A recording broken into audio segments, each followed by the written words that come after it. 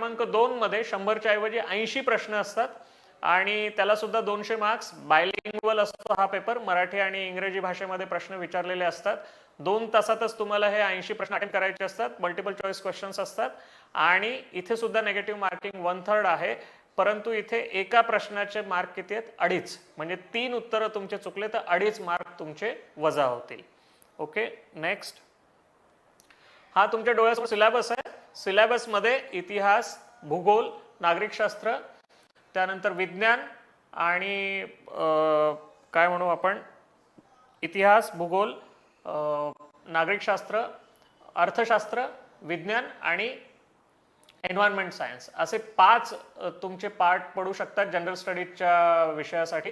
आणि याच्या जोडीला करंट अफेअर्स सुद्धा असतात. साधारणपणे 15 प्रश्न हे करंट अफेअर्सवर असतात. ऑन एन ॲव्हरेज प्रत्येक टॉपिकवर 15 प्रश्न विचारले जातात. सगळ्यात मोठा कॉम्पोनंट जो आहे तो विज्ञान आणि एन्व्हायरमेंट सायन्स किंवा पर्यावरणशास्त्र यावर 25च्या आसपास प्रश्न विचारले जातात. मुलं बाऊ करतात मात्र करंट अफेअर्सचा.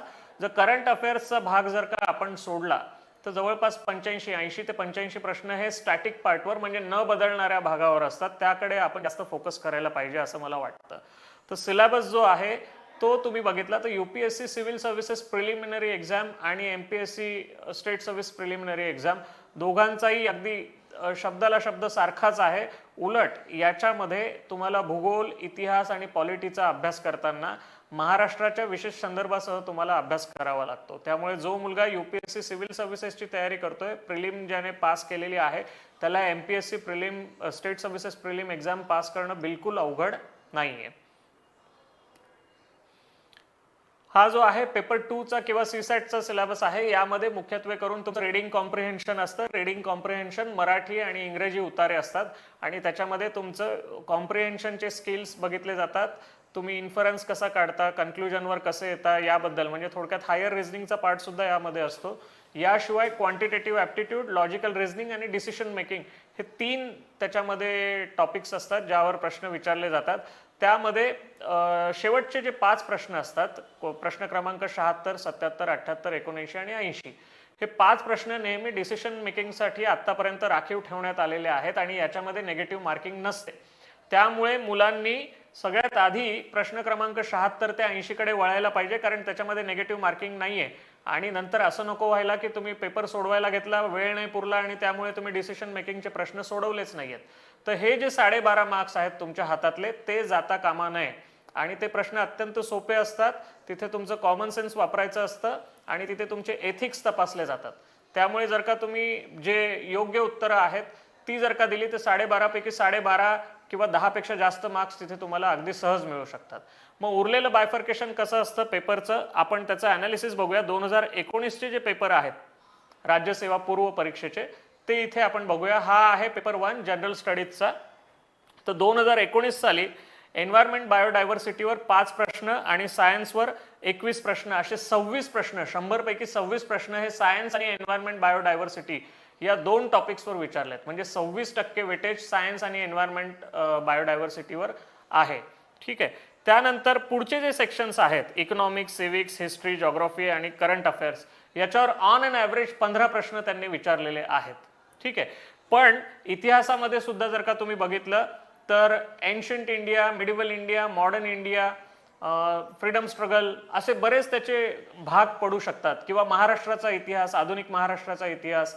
भूगोलाचं तुम्ही म्हणाल तर प्राकृतिक भूगोल आहे, सागरशास्त्र आहे, हवामानशास्त्र आहे, राजकीय भूगोल, लोकसंख्या भूगोल, आर्थिक भूगोल, महाराष्ट्राचा भूगोल, भारताचा भूगोल, जगाचा भूगोल, असं बरेच तुम्ही जर का त्याला बायफर्केट करत गेले तर त्याचे सब टॉपिक्स पडत जातात. आणि त्यामुळे आपण या विषयांकडे जाताना त्यांचा जर आपण सांगोपांग विचार केला तर आपल्याला इतक्या प्रकारे त्या विषयात खोलात जाता येतं जेव्हा आपण ॲनालिसिस करत असतो तेव्हा. ठीक आहे.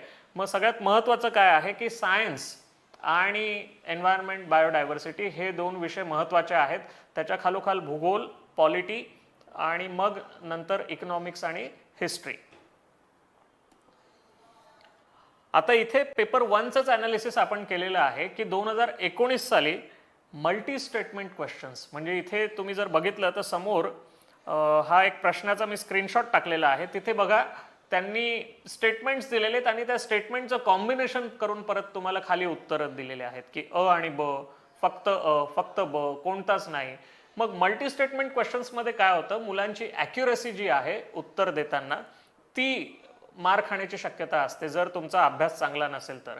प्लस तुमचा वेळ सुद्धा जास्त जातो त्या प्रकारचे प्रश्न सोडवताना, कारण तुम्हाला विचारपूर्वक ते उत्तर द्यावं लागतं. आणि त्यामुळे ज्या ज्या वेळेस पूर्व परीक्षेमध्ये किंवा मुख्य परीक्षेत सुद्धा जिथे मल्टिपल चॉईस क्वेश्चन्स विचारले जातात तिथे जर का मल्टी स्टेटमेंट क्वेश्चन्स विचारण्यात आले तर मुलांची ॲक्युरसी मार खाते आणि त्यांचा स्कोर कमी येण्याची शक्यता वाढते. 2019 साली 100 पैकी 63 प्रश्न हे मल्टिपल स्टेटमेंट क्वेश्चन्स होते, ज्याला आपण 4TF म्हणतो. म्हणजे साधारणपणे तुम्हाला 4 किंवा 2 किंवा 3 असे तुम्हाला स्टेटमेंट दिलेले असतात आणि त्यांचे कॉम्बिनेशन्स असतात. 4TF म्हणजे ट्रू ऑर फॉल्स. तर तसे तुम्हाला ते कॉम्बिनेशन्स करून तुम्हाला ते प्रश्न विचारतात. आणि जेव्हा जेव्हा मल्टी क्वेश्चन्सचं प्रमाण वाढलेलं आहे तेव्हा तेव्हा कट ऑफ हा खाली लागतो. वळूया आपण सीसॅटच्या पेपरकडे. सीसॅटचा हा जो पॅटर्न आहे, जेव्हापासून आयोगाने म्हणजे 2013 पासून हा पॅटर्न इंट्रोड्यूस केलेला आहे, सीसॅटचा पेपर इंट्रोड्यूस केलेला आहे, तेव्हापासून या पॅटर्नमध्ये बिलकुल फरक पडलेला नाहीये. यातले पहिले 50 प्रश्न हे नेहमी उतार्यावरील प्रश्न असतात, रीडिंग कॉम्प्रिहेन्शन. आणि त्यातले पहिले 8 पॅसेजेस किंवा उतारे जे असतात ते बायलिंग्वल असतात, म्हणजे मराठी आणि इंग्लिश दोन्ही भाषांमध्ये ते असतात. नंतरचा एक उतारा फक्त मराठीमध्ये आणि पुढचा उतारा फक्त इंग्लिशमध्ये दिलेला असतो त्यांनी. हे 50 प्रश्न जे असतात ते रीडिंग कॉम्प्रिहेन्शनवर असतात. बऱ्याचदा मुलांचा सीसॅटमध्ये कमी स्कोर येतो आणि कमी स्कोर आला की त्यांच्या अपयशाचं खापर ते मात्र क्वांटिटेटिव्ह ॲप्टिट्यूड म्हणजे गणित किंवा लॉजिकल रिझनिंगवर फोडतात. तसं म्हणणं चुकीचं आहे, कारण तुमचे 80 पैकी 50 प्रश्न हे फक्त रीडिंग कॉम्प्रिहेन्शनवर आहे.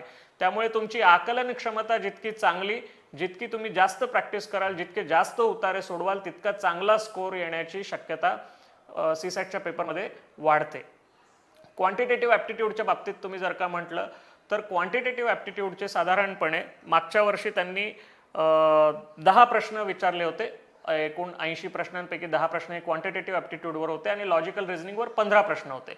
हा जो लॉजिकल रिझनिंगचा भाग आहे हा लेंदी आहे आणि बऱ्याचदा मुलांना तो किचकट वाटतो आणि तो वेळखाऊ असतो. मुलं तिथे अडकल्यामुळे, रीडिंग कॉम्प्रिहेन्शन आणि लॉजिकल रिझनिंगच्या प्रश्नांमध्ये अडल्यामुळे त्यांना क्वांटिटेटिव्ह ॲप्टिट्यूड आणि डिसिशन मेकिंगकडे तेवढं पुरेसा वेळ देता येत नाही.